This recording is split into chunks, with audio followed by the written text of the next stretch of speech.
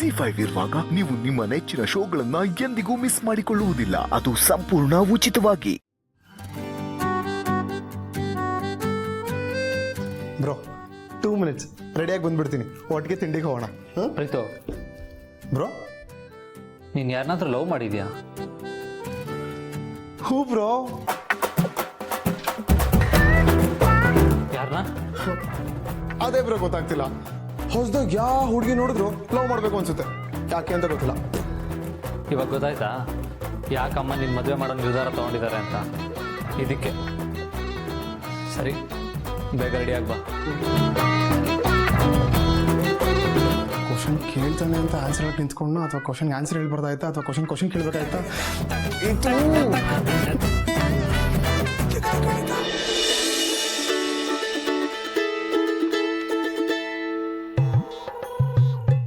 Hello hello, ಎಲ್ಲಿದ್ಯೋ?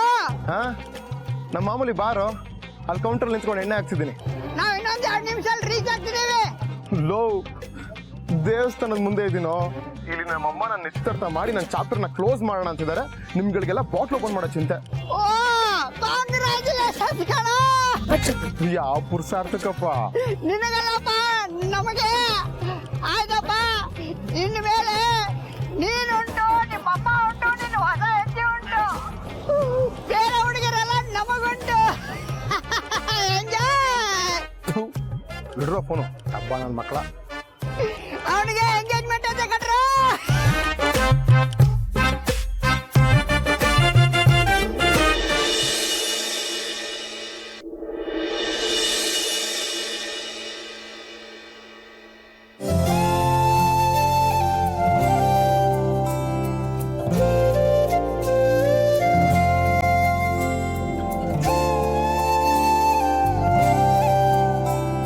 ಹೇ ಮಚವಮ್ಮ, ಇಲ್ಲೇನ್ ಮಾಡ್ತಿದ್ದಾಳೆ?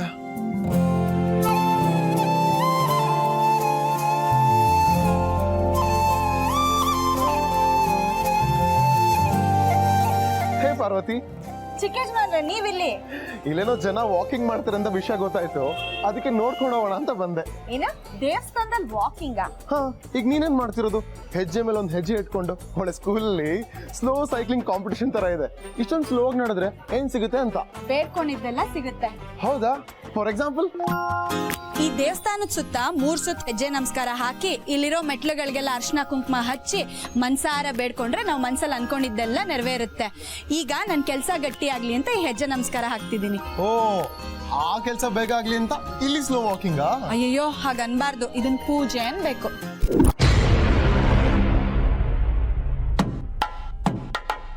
ಪಾರ್ವತಿ, ಈ ಸ್ಲೋ ವಾಕಿಂಗು ಗಂಡ್ ಮಕ್ಳಿಗೂ ವರ್ಕೌಟ್ ಆಗತ್ತಾ?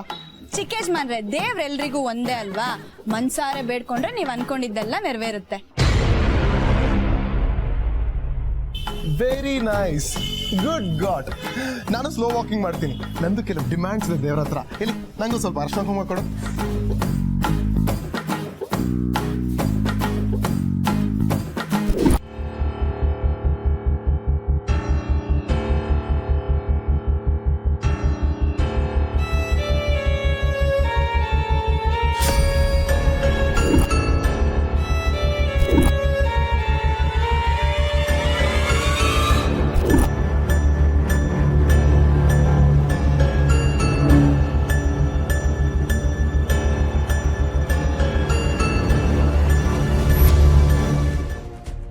ಏನ್ ಆಂಟಿ, ಪ್ರೀತು ನಮಗೋಸ್ಕರ ವೇಟ್ ಮಾಡ್ತಿದ್ದಾನೆ ಅಂತ ಹೇಳಿದ್ರಿ. ಇಲ್ಲಿ ನೋಡಿದ್ರೆ ಈ ಡ್ರೈವರ್ ಮಗಳ ಜೊತೆ ಇದ್ದಾನೆ. ದೇಶ, ಇದು ದೇವ್ರ ಜಾಗ, ಇಲ್ಲಿ ಯಾರು ಬೇಕಾದ್ರೂ ಬರಬಹುದು. ಅದನ್ನ ತಪ್ಪಾಗಿ ತಿಳ್ಕೊಳ್ಳೋ ಅವಶ್ಯಕತೆ ಇಲ್ಲ. ಅಟ್ ದ ಸೇಮ್ ಟೈಮ್ ಇದನ್ನೆಲ್ಲ ನೋಡ್ಕೊಂಡು ಈ ಅಖಿಲಾಂಡೇಶ್ವರಿ ಸುಮ್ಮನೆ ಇರ್ತೀನಿ ಅಂದ್ಕೊಳ್ಳೋದು ಬೇಡ. ದಾಮಿನಿ, ಮೀರನ್ನ ದಿಶನ್ನ ಗುರುಗಳ ಹತ್ರ ಕರ್ಕೊಂಡು ಹೋಗು.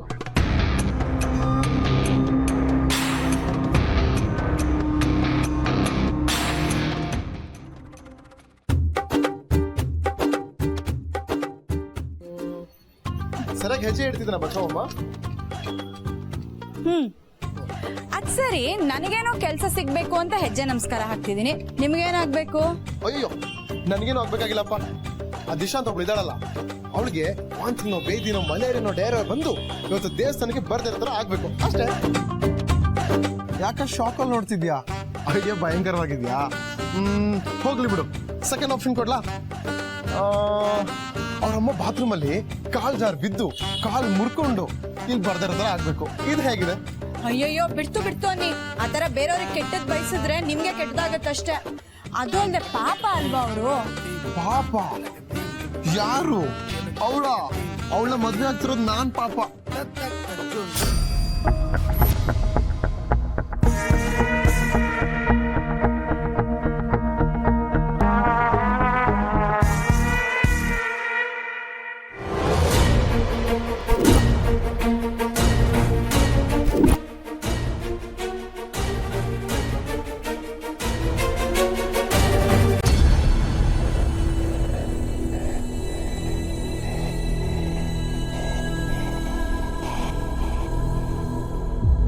ಮಾಮ್, ಅದು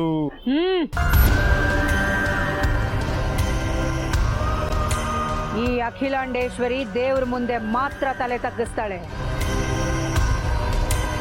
ಬೇರೆಯವ್ರ ಮುಂದೆ ತಲೆ ತಗ್ಸೋಂಥ ಕೆಲಸನ ನಮ್ಮ ಮನೆಯವರು ಮಾಡಿದ್ರೆ ನಾನು ಸಹಿಸ್ಕೊಳ್ಳಲ್ಲ. ಮಾಮ್, ನೀವು ಬರ್ತೀರಾ ಅಂತ ವೇಟ್ ಮಾಡ್ತಾ ಇದ್ದೆ. ತುಂಬ ಹೊತ್ತಾಯ್ತಲ್ಲ, ಅದಕ್ಕೆ ಒಳಗೆ ಬಂದೆ. ಒಳಗೆ ಬಂದು ನೋಡಿದ್ರೆ ಪಾರ್ವತಿ ಹೆಜ್ಜೆ ನಮಸ್ಕಾರ ಆಗ್ತಿದ್ಲಲ್ಲ, ಅದಕ್ಕೆ ನಾನು.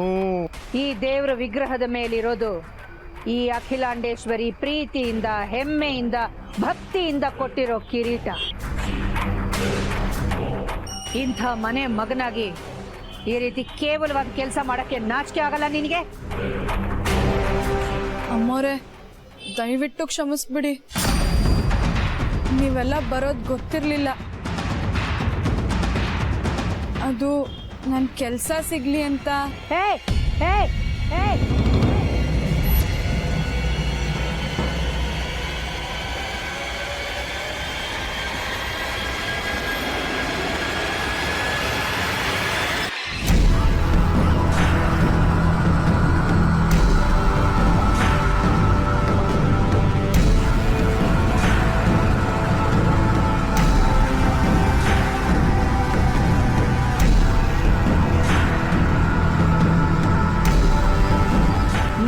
ದಿಶಾ ಜಾತಕನ ಗುರೂಜಿಗೆ ತೋರಿಸಿ ಶುಭ ಮುಹೂರ್ತ ಕೇಳೋಣ ಅಂತ ಬಂದೆ. ಗೊತ್ತಿದ್ದೋ ಗೊತ್ತಿಲ್ದೇನೋ ಈ ಹುಡುಗಿ ಅರ್ಶನ ಚೆಲ್ಲಿದಾಳೆ. ನನ್ನ ಮಟ್ಟಿಗಂತೂ ಇದು ಶುಭ ಮುಹೂರ್ತನೇ. ಗುರೂಜಿ ಕಾಯ್ತಾ ಇರ್ತಾರೆ, ನಡಿ. ಪಾರ್ವತಿ, ತಲೆ ಕೆಡ್ಸ್ಕೊಬೇಡ. ನೀನು ಅನ್ಕೊಂಡ್ರೆ ಕೆಲಸ ಪಕ್ಕ ಆಗುತ್ತೆ.